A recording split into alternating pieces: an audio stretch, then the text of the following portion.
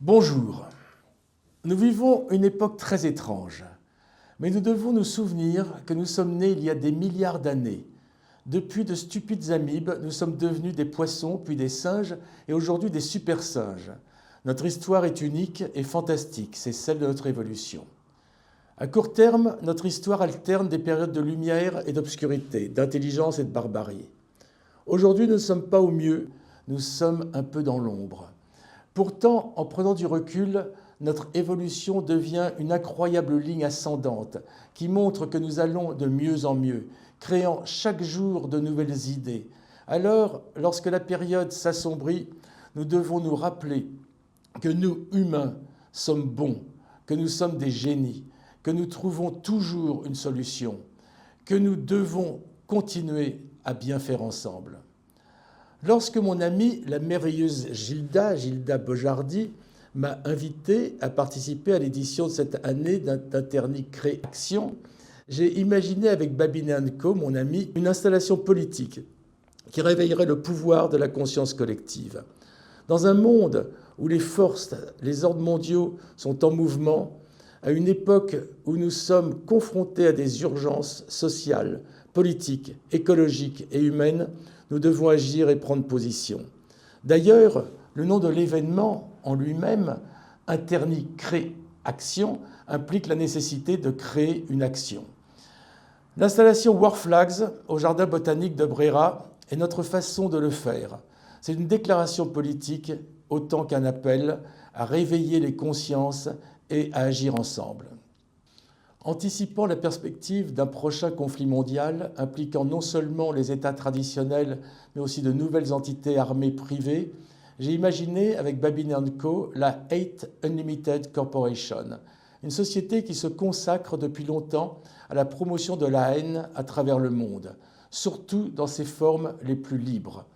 Sa raison d'être a toujours été de veiller à ce que sa circulation ne connaisse aucune limite et qu'elle puisse gagner tous les échelons de la vie sociale, planétaire, continentale, internationale, nationale, régionale, urbaine, villageoise, communautaire, familiale, amicale.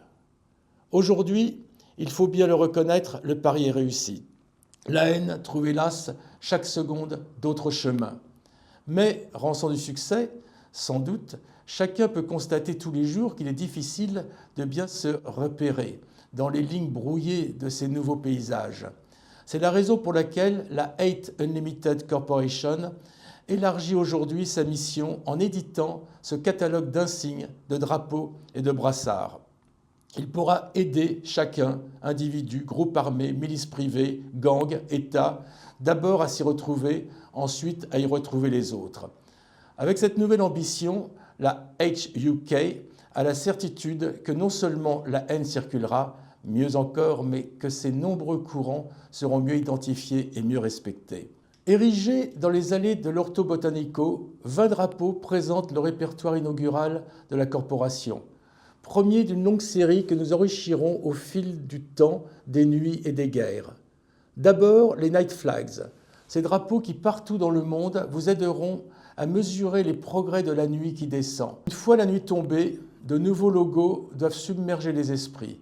Ce sont les Hate Flags, qui visent d'une part et très classiquement à clarifier l'offre du marché et d'autre part à créer un effet d'entraînement mesurable.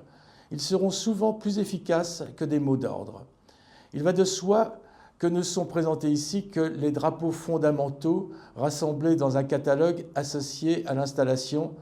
La Hate Unlimited Corporation fera connaître très rapidement des gammes plus développées correspondant à des états de haine beaucoup plus sophistiqués. Nous assistons à des transformations sociales et politiques sans précédent. La démocratie construite au cours des 2500 dernières années se transforme en quelques jours en une crise mondiale. Il ne s'agit pas d'un phénomène abstrait, il se produit sous nos yeux. Nous savions que le monde était fragile et menacé, mais le matin, lorsque nous ouvrons les yeux, nous avons peur de le voir disparaître. Peur d'une nouvelle nuit, peur qu'un ordre brutal plante à nouveau son drapeau partout.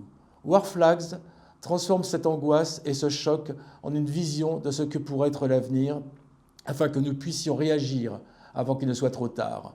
Certains visiteurs ne verront que l'esthétique des drapeaux, d'autres seront interrogés et choqués.